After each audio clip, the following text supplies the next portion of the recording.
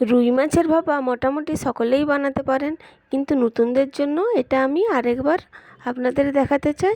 তো দেখতে থাকুন। রুই মাছের ভাপা বানানোর জন্য আমি এখানে কি জিনিস ইউজ করেছি।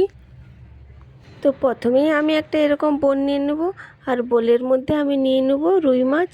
রুই মাছের পিসগুলো আমি এরকম ছোট ছোটোই নিয়েছি। ভাপা বানানোর জন্য ছোট ছোট মাছেরই প্রয়োজন, যাতে টিফিনের মধ্যে ভালোভাবে সেট হয়ে যায়। আর এখানে আমি নিয়ে নিয়েছি 5 পিস রুই মাছ, আর ভালো করে পরিষ্কার করে ধুয়ে নিয়েছি। আমি দেখুন এরকম সাইজের মাছগুলো নিয়েছি। আপনারা আপনাদের প্রয়োজন মতন আপনারা ব্যবহার করবেন। এরপর এর মধ্যে দিয়ে দেবো আমি ঠান্ডা জল। আর ঠান্ডা জলটা এখানে আমি ইউজ করব মাছের যে আঁশটে গন্ধটা থাকে সেটা যেন একবারে চলে যায়। আর এই ঠান্ডা জলটা আমি ফ্রিজের জল নিয়েছি। আর এর মধ্যে দিয়ে দেবো আমি একটা লেবুর রস, আর দিয়ে দেবো নুন। দিয়ে এটা আমি 1 ঘন্টা মতো জলের মধ্যে রাখবো। ভাপা বানানোর জন্য মাছের যে একটা আঁশটে গন্ধ থাকে, তাতে ওই ঠান্ডা জল লেবু ইউজ করার জন্য পুরোটাই চলে যাবে। দিয়ে আমি এটা 1 ঘন্টা মতো চাপা দিয়ে রেখে দেব।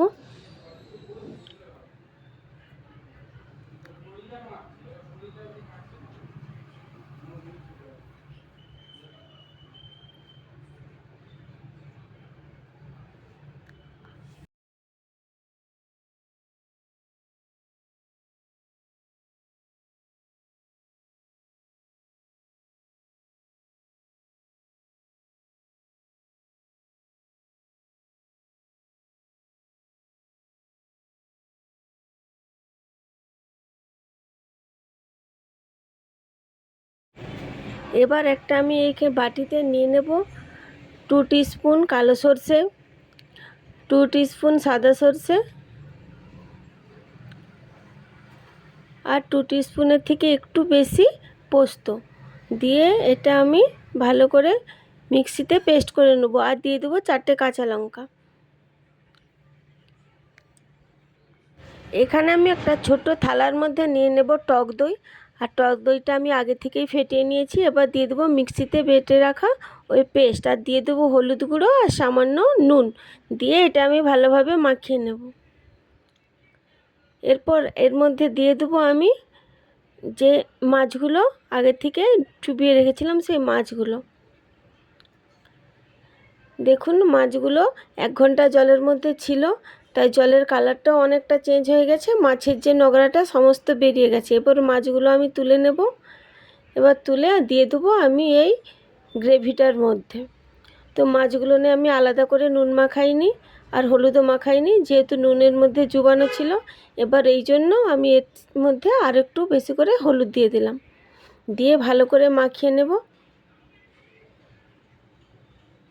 এবার ভালো করে মাখানো হয়ে গেছে। এরপর এরকম একটা কৌটো নিয়ে নেব। এবার তার মধ্যে মাছগুলো দিয়ে দেব।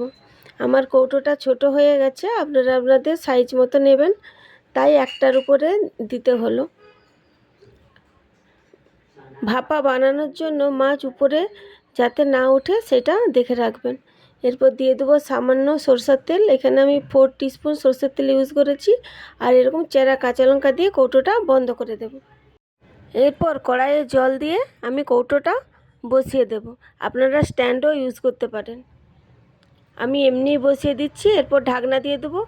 আর ঢাকনার মধ্যে যে ছিদ্রটা আছে সেটা একটা কাগজের টুকরো দিয়ে ওই ছিদ্রটা বন্ধ করে দেব। দিয়ে আমি এটা আধা ঘন্টা হতে দেব। ফিরে আসছি আধা ঘন্টা পর।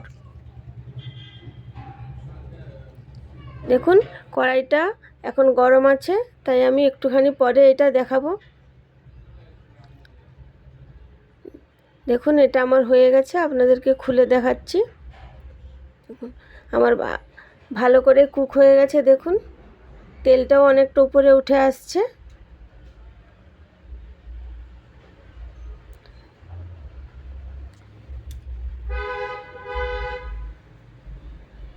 আর লাঞ্চে যদি এরকম একটা রেসিপি থাকে, আশা করি আর কিছুই লাগবে না। আর রেসিপিটি যদি আপনাদের ভালো লাগে থাকে, তাহলে লাইক, কমেন্ট আর শেয়ার করতে একদম ভুলবে না। আর যারা আমার চ্যানেলে নতুন আছেন তারা চ্যানেলটি অবশ্যই সাবস্ক্রাইব করে দেবেন।